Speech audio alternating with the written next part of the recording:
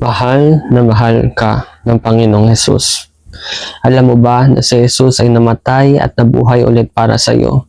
Na ang Panginoong Hesus ay mahal na mahal tayo, na kahit anong pagkakasala natin, kayang-kaya niya tayong tanggapin at patawarin.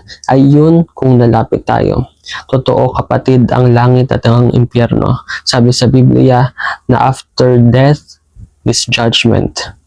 That it is appointed for man to die once and after that is judgment. Ibig sabihin, lahat tayo ay mamamatay. At pagkamatay natin, judgment.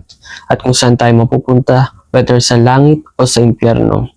At wala pong plus points o minus points. Kung saan ka mapupunta, doon ka mapupunta. At mapupunta ka lang sa langit hindi dahil mabait ka, hindi dahil tumutulong ka, kundi dahil tinanggap mo ang Panginoong Hesukristo sa buhay mo, kundi dahil tumalikod ka sa mga kasalanan mo at tinanggap mo siya bilang Panginoon ng iyong buhay.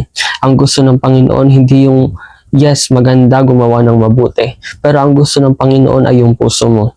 Madaming tao gumagawa ng mabuti, tumutulong sa mga tao, pero hindi yun ang makakapagligtas sa kanila dahil walang salvation sa simbahan, walang salvation sa mabubuting gawa.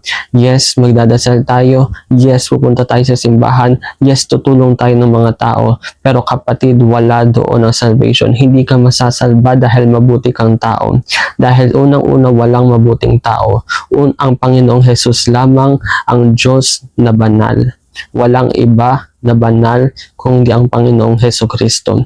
Tayo po lahat ay guilty na makasalanan tayo at may mga masama tayong nagagawa.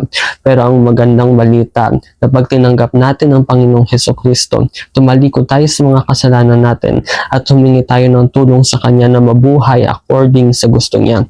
Sabi sa Biblia, call upon the name of the Lord and thou shalt be saved. Ibig sabihin, tawagin mo ang Panginoong Hesus, ang pangalan ng Panginoong Hesukristo, at ikaw ay masasalba. Sabi naman po sa John 3:16, for God so loved the world that He gave His only begotten Son, that whoever believes in Him should not perish but have an everlasting life. Mahal na mahal ka ng Panginoong Hesukristo. Ito na ang araw na tayo ay sumuko at tanggapin siya sa buhay natin. Ulitin mo lamang ang panalangin na ito. Sabi ng Panginoong Hesus, patawarin mo ako sa aking mga kasalanan. Tinatanggap kita bilang aking Panginoon, Diyos at tagapagligtas.